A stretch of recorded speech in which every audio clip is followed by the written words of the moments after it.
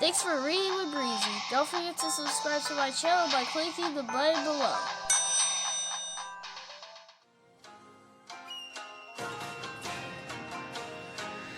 The Teenage Mutant Ninja Turtles were searching a New York City alleyway for canisters of mutagen. Mutagen was the substance that had changed the four ordinary pet turtles into the lean green fighting machines known as Leonardo, Michelangelo, Donatello, and Raphael. The canisters had been accidentally scattered throughout the city by the turtles. "No sign of any mutagen here," said Michelangelo, searching through a dumpster. Donatello swept the area with the ooze scanner he had built to help track the mutagen. Suddenly, the scanner started flashing and beeping. "My ooze scanner is going crazy," said Donnie. "I told you there was some mutagen close by." The ooze detector led the turtles to a nearby rooftop. "Found it!" Mikey shouted, raising a canister over his head. "How many does that bring us up to?" "1," replied Donnie, "and a half." "Aww!" Leonardo, Michelangelo, and Raphael all sighed. "But look on the bright side," Donatello said. "Only 63 more to go." At that very moment, Karai, a ninja who worked for the turtles' greatest enemy, the Shredder, was observing them from a nearby rooftop. "So the turtles are hunting for the missing mutagen supply," Karai muttered to herself. She lowered her binoculars and smiled. "This makes the game so much easier," she said ominously. Over the next few days, the turtles continued searching for the mutagen. "This is so boring," Mikey whined as the brothers took a break. "I'm gonna scream!" Mikey then proceeded to scream and scream and scream. "Okay, we get it," shouted Leonardo. "We'll take a break and do something fun." "Awesome," said Raphael. "Training session," announced Leonardo. His brothers all groaned. "Guys, Sensei wants me to train you," explained Leo. "You see that roof over there? I'm going to defend it. See if you can get past me using your best ninja techniques." Leonardo scrambled over to the opposite rooftop. Then he inched out onto a wire running between the two roofs. Raphael came up with an idea. He whispered it to his brothers. Mikey went first, but the way he fought confused Leonardo. He popped in his earbuds and started dancing on the wire. Mikey bounced off the wire over Leonardo's head and landed on the far roof. "That's not fair," said Leonardo. "That was not a real fight." Donatello was next. He tossed his ninja throwing stars. They bounced from building to building and ended up flying right at Leo. Moving swiftly, Leonardo blocked the stars with his sword. When he had finished, Donnie was already on the far rooftop. Raphael was next. "So what's your trick going to be?" Leo asked. Raphael threw his sword at Leonardo. "Hey, ninjas never throw their weapons," Leo shouted. Raphael charged at Leo, knocking him from the wire, sending him crashing to the street below. Leonardo picked himself up. "Why do you always undermine my training?" he shouted at his brothers. "You just want us to fight exactly like you fight," Raphael replied. "The whole point was to get to that roof any way we can, right? Well, we did that." Raphael turned and walked away, followed by Michelangelo and Donatello. Leonardo stood alone in the middle of the street. When he got back to the turtles' secret underground lair, Leonardo went to talk with Splinter, their sensei, teacher, and father. "I don't know, Sensei," said Leonardo as he paced around the room. "Maybe I'm not cut out for this. I don't think the guys really respect me. I just want to be a good leader." "Leonardo, a true leader doesn't always impose his will," Splinter explained. "He helps his followers grow." "Maybe I shouldn't be leading the team," said Leonardo. "My son," Splinter began, "how can your brothers believe in you as a leader if you do not believe in yourself?" Meanwhile, in the Bradford dojo, Karai battled a group of robotic foot soldiers. Despite being outnumbered, Karai's skill as a ninja allowed her to avoid attacks. She floated through the air and somersaulted over the backs of the foot. Karai fought hard, even taking out a few of the soldiers, but eventually one grabbed her arm in a vice-like robotic grip. She was trapped. The foot soldiers moved in to finish her off. "Enough!" boomed a deep voice echoing throughout the room. The foot soldiers released Karai, snapped into attention, and stood silently. Shredder strode into the room. His imposing figure towered over Karai.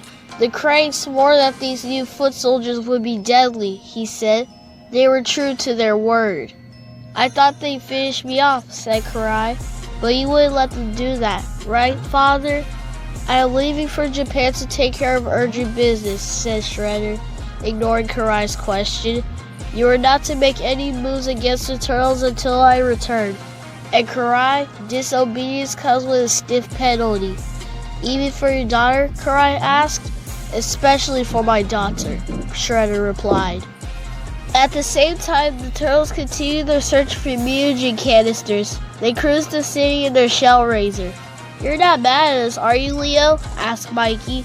"I'm not mad," replied Leo. "I just think you guys need to be a little bit better at following my orders."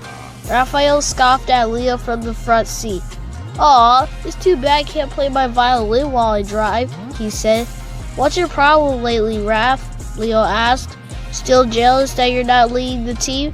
Donnie's scanner started spinning and flashing. "Stop the shell raiser!" he cried. The scanners picked up another mutagen canister. The turtles tracked the scanner's signal to a nearby basement. They slipped inside. In the middle of the floor, Mikey spotted a mutagen canister. "Oh yeah!" he shouted. "Found it!" Mikey raced to the canister and reached out to pick it up.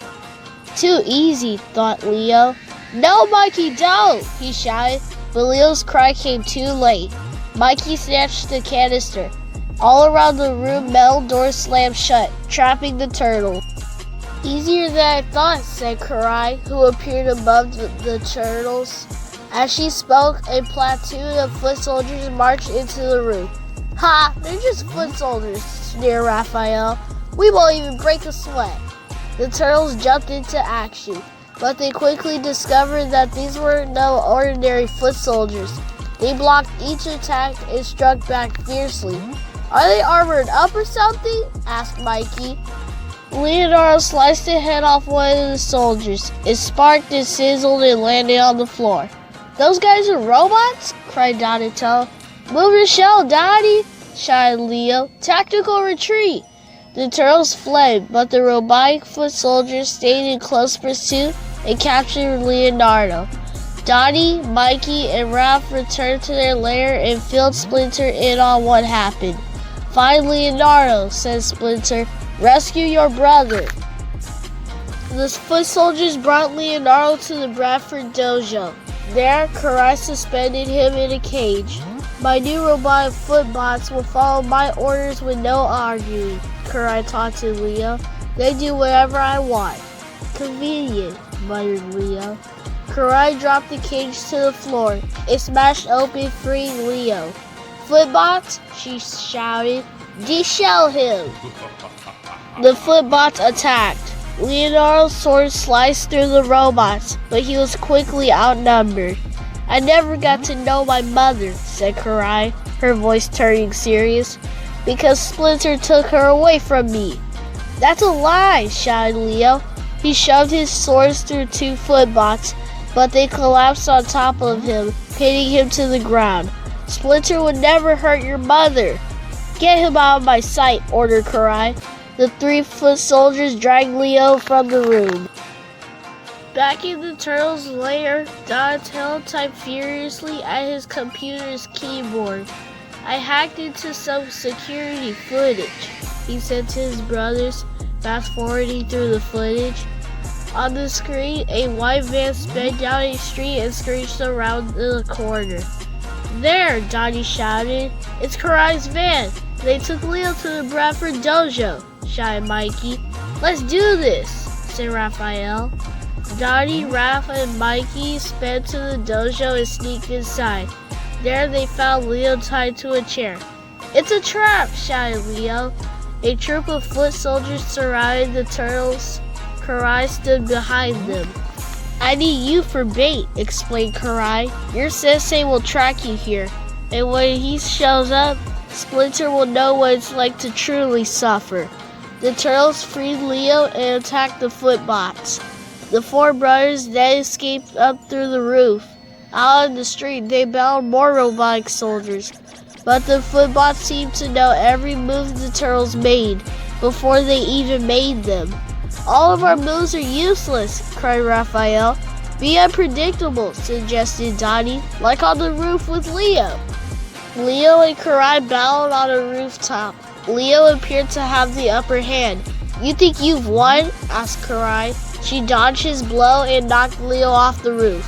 Karai peered over the edge but couldn't see Leo, who was braced on the underside of the roof's overhang. Leo sneaked around behind Karai. Then he leaped and struck with great force. Karai crashed to the street below. Leonardo stood over Karai with his sword pointing right at her.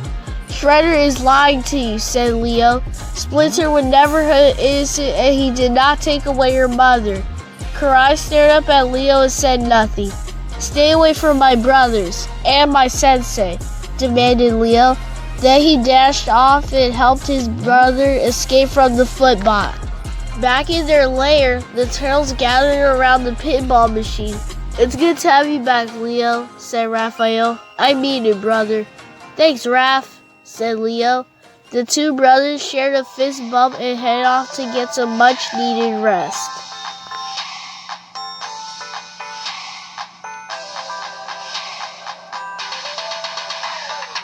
Thanks for reading with Breezy. Don't forget to subscribe to my channel by clicking the button below.